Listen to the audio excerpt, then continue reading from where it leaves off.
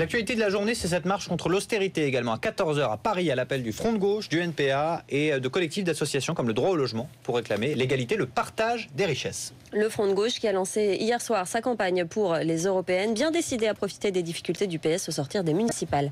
Jérémy Brossard, Antoine Vassas.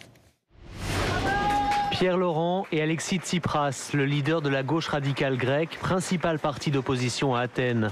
Un exemple pour le Front de gauche qui espère une percée le 25 mai prochain, bien au-delà des quelques 6% et 4 députés élus aux européennes de 2009. Maintenant, on est un Front de gauche adulte, donc on veut évidemment un score à 2 chiffres, on veut grandir dans cette élection encore, et puis doubler si c'est possible le nombre de députés. Oubliez les tensions qui ont accompagné les élections municipales, le Front de gauche veut refaire son unité autour de la lutte contre l'austérité européenne, s'opposer aussi au remaniement qui a conduit Manuel Valls à Matignon. Le gouvernement a été constitué dans un moment de panique après une déroute électorale et il se dirige vers une débâcle. Donc cette élection européenne va être en quelque sorte le juge d'appel de l'élection municipale.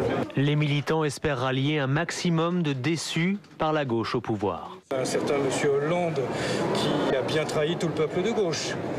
Et tout dernièrement encore avec la nomination de son nouveau Premier ministre, M. Valls. Quel que soit le Premier ministre, de toute façon, il fera la politique du président et je pense que c'est ça qui pose un problème. La mobilisation dans les rues de Paris aujourd'hui sera un premier test politique pour le Front de gauche.